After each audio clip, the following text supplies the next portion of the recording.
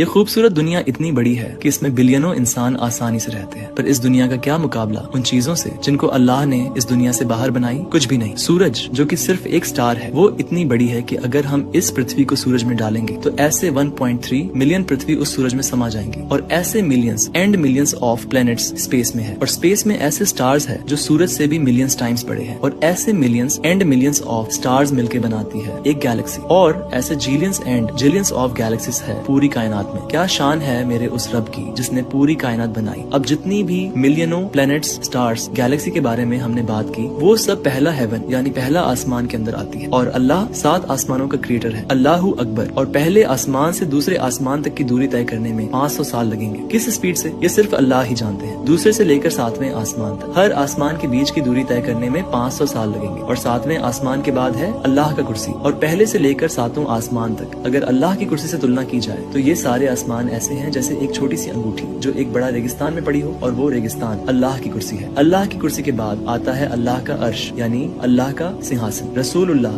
صلی اللہ علیہ وسلم نے ارشاد فرمایا کہ اللہ کی کرسی عرش کے مقابلے میں ایسے ہے جیسے ایک معمولی سی انگوٹھی کسی بے انتہا ریگستان میں پڑی ہو۔ سوچو، وہ کرسی جس پر سارے آسمان ایک انگوٹھی کی طرح لگتے ہیں، وہ خود عرش کے سامنے کچھ بھی نہیں۔ پھر آتے ہیں وہ فرشتے جو اللہ کے عرش کو اٹھائے ہوئے ہیں، ان کے سر 7ویں آسمان میں ہوتے ہیں اور پاؤں سب سے نیچی زمین میں۔ پھر آتا ہے عرش کا مالک اللہ جو ہر چیز سے اونچا اور ہر حد سے پرے ہے۔ اللہ کی ذات کو نہ کوئی پوری طرح سمجھ سکتا ہے، نہ کوئی اس کا اندازہ لگا سکتا ہے۔ اس کی شان اتنی بڑی اور بے مثال ہے کہ انسان کی سوچ وہاں تک پہنچ ہی نہیں سکتی۔ وہ وہی ہے جو ہر چیز پر قادر ہے، سب کچھ جاننے والا ہے، اور جس کی مہانتا کی کوئی حد نہیں۔ اللہ اپنے عرش کے اوپر ہے لیکن اس سے کچھ بھی چھپا نہیں۔ زمین میں جو جاتا ہے، جو نکلتا ہے، آسمان سے جو گرتا ہے، جو اس میں پیدا ہوتا ہے، ہر چیز اللہ جانتا ہے۔ دنیا کی سب سے باریک بات بھی اس کے علم سے باہر نہیں۔ تو یہ مت سوچو کہ اللہ دور ہے، وہ قریب بھی ہے اور ہر حال سے خبردار بھی۔ رسول اللہ صلی اللہ علیہ وسلم نے فرمایا، جب اللہ نے مخلوقات کو پیدا کیا تو عرش پر ایک کتاب میں لکھا، بے شک میری رحمت میرے غضب پر غالب ہے۔ اگلا ایپیسوڈ جلد آ رہا ہے، اس سے پہلے ویڈیو کو شیئر کریں اور پیج کو فالو کرنا نہ بھولیں۔